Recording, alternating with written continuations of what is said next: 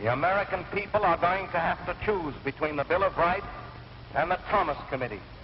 They cannot have both. One or the other must be abolished in the immediate future.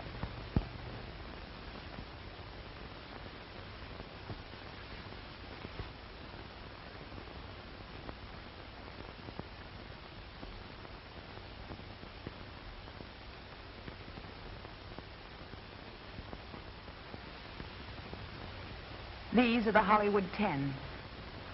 These 8, and these 2. In the fall of 1947, they were subpoenaed to appear before the House Committee on Un-American Activities, whose chairman was J. Parnell Thomas. They did not behave to Mr. Thomas's satisfaction, and they were declared to be in contempt of Congress. They were tried and declared guilty. They appealed their cases to the higher courts, and their appeal was denied. All 10 are now in federal prison, serving 1-year sentences. We should like you to meet them. Albert Morse, 41 years old, born in Brooklyn. Novelist, playwright, writer of short stories and screenplays. His works are read in other countries. They've won prizes. The U.S. Army distributed this book to soldiers. His film, Destination Tokyo, was premiered by the Navy. The Marines praised him for Pride of the Marines. And the film industry honored his film on racial tolerance. His family will try to weigh these honors while he spends a year in federal prison. Lester Cole, born in New York City, 45 years old. He was a founding member of the Screenwriters Guild and served on its executive board as president and vice president. When he was summoned by the House Committee, he was a valued writer at this film studio, signed to a new contract to write and produce on that very day. Author of 40 screenplays, among them Romance of Rosie Ridge, Objective Burma, None Shall Escape. He is now in prison. Samuel Ornitz, 60 years of age, born in New York, novelist and screenwriter, lecturer and scholar. Author of a classical fictional study of American Jewish life, of a tender story for children, of a book whose hero was lynched by anti-Catholic bigots. As a social worker, he spent many years with the Prison Association in New York, helping thousands of people to get out of prison. He is now in prison himself. Adrian Scott, screenwriter and motion picture producer, born in New Jersey, 39 years old. This film studio considered Scott's services invaluable. His films were successful and celebrated. Do you remember Crossfire? It was not to the taste of J. Parnell Thomas. Now Adrian Scott, too, is in a federal prison. Alva Bessie, born in New York, age 46. Newspaperman, novelist, critic, and screenwriter. In the year 1938, he made his way across the Pyrenees as a volunteer for democracy. On the witness stand in Washington, he said, "I not only supported the Spanish Republic, but it was my high privilege to serve in the ranks of its international brigades." He returned to the United States to write an account of that war, and in the Second World War served as second lieutenant in the Civil Air Patrol, Los Angeles Squadron 3. He wrote films as a contract writer for Warner Brothers Studios. He is now in prison. Edward Dmytryk, 41 years old, motion picture director. These films and many others were directed by Edward Dmytryk. As a reward for his distinguished contribution to world films, 1 year in prison. Ring Lardner Jr., born in Chicago, 34 years old. 2 of his brothers died in separate chapters of the world struggle for democracy. One as a volunteer in the Loyalist forces in Spain, the other in Germany as an American war correspondent. Himself, author of a dozen screenplays, for one of which he received the highest award of the film industry. This film he wrote for a trade union to advance the idea of the equality of all races, of all nationalities. Ring Lardner Jr. is now a federal prisoner.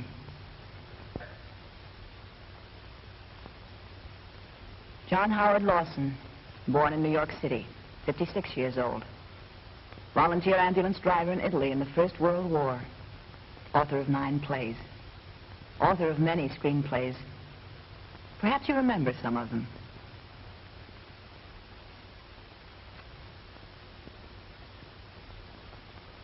A teacher, scholar, historian. He completed the first volume of A History of American Culture just before he entered prison. This is Mrs. Lawson. She and their children will wait for him. Herbert Biberman, 50 years old, born in Philadelphia. He directed plays for the Theater Guild, the leading theatrical organization of America. He produced and directed films for various motion picture companies. And he was the organizer of the Hollywood Anti-Nazi League, one of the first groups to warn the world against Hitlerism. Always, he devoted his energies to decency and humanity. He is now in a federal prison. Dalton Trumbo, born in Colorado, 44 years old, writer of novels. A writer of pamphlets in the tradition of Zola and Thoreau. Writer of films. Kitty Foyle, a guy named Joe, 30 Seconds Over Tokyo. War correspondent in the South Pacific. Special consultant at the first United Nations Conference in 1945. 5 years later, he said goodbye to his family to go to prison. 10 men. What was their crime? Why are they in prison? There were 2 questions. Listen. Now, Mr. Trumbo. Are you a member of the Screenwriters Guild?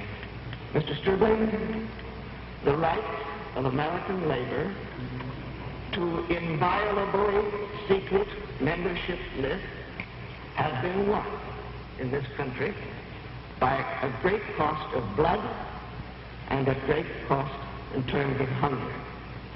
Are you now, have you ever been a member of the Communist Party? Unless it has been changed since yesterday. In our country, we have a secret ballot. And I do not believe this committee has any more right to inquire into my political affiliations than I believe that an election official has the right to go into the voting booth and examine the ballot which has been marked by the voter. No. Thus, J. Parnell Thomas.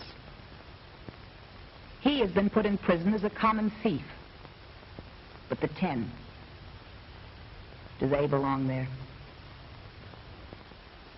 We don't like the idea of going to prison. Our personal lives, our families, our work are as important to us as to anyone else. To explain to a child of 7, 10, or 12 why his father must go to prison, no, it's not easy. Why didn't we avoid all this? Why didn't we answer the questions yes or no as the committee demanded? Because we wanted to challenge the right of the committee to ask such questions. Whose words are these? You know? No official, high or petty, may prescribe what shall be orthodox in politics, nationalism, or other matters of opinion, or force citizens to confess by word or act their faith therein.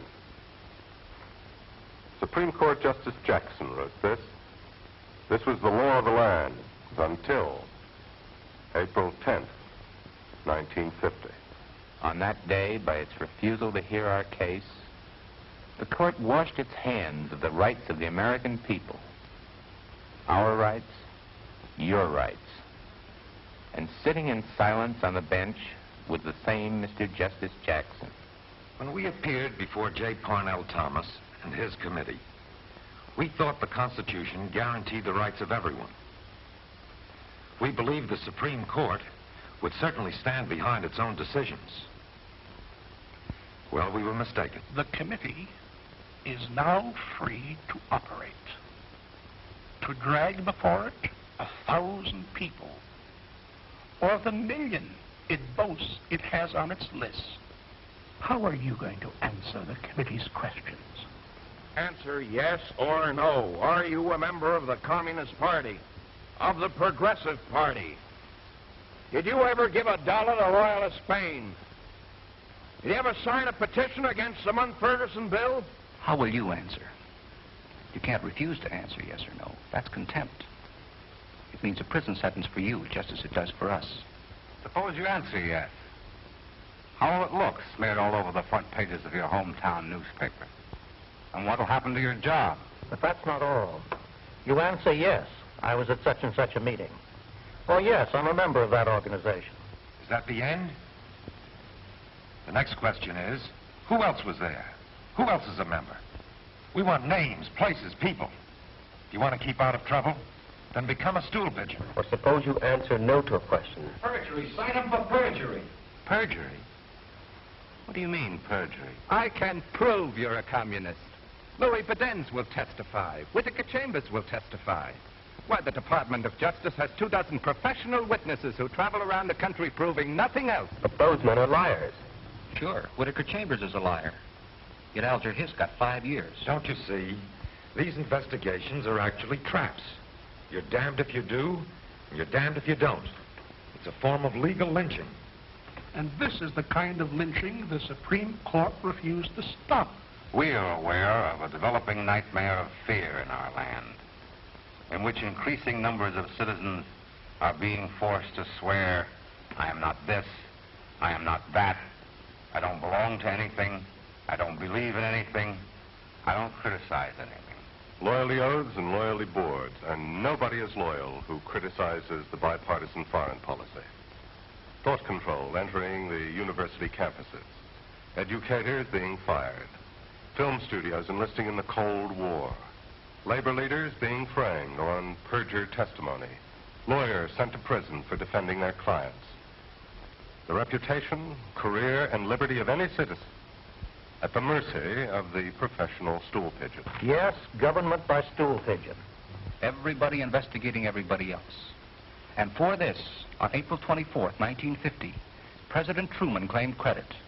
Boasting in a public speech that his administration had convicted citizens of contempt for refusing to testify before congressional committees. Not just one court or one committee. Not just the Department of Justice, but the State Department. Not just the Supreme Court, but the President himself. Why? Why? Could it be that the Cold War is responsible?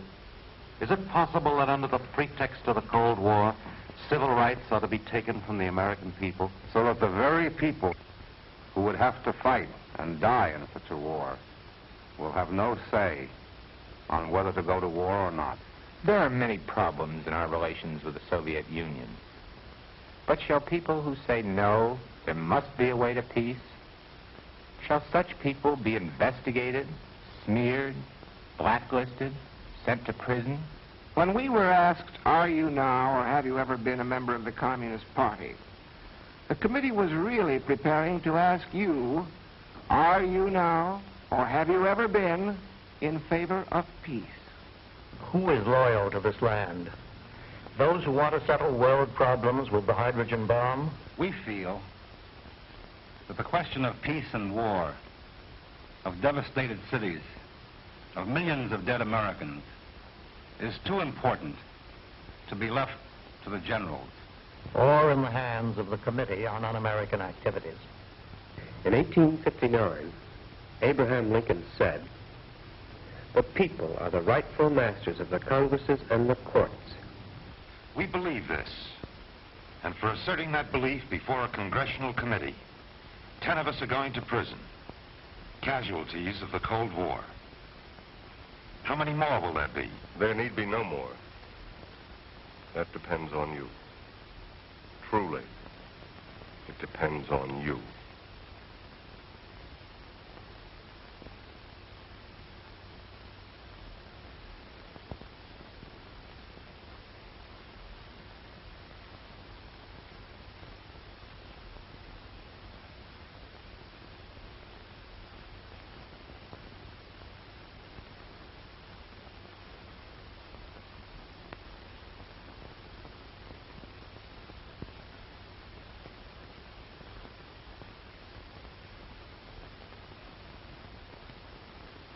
Truly, it depends on you.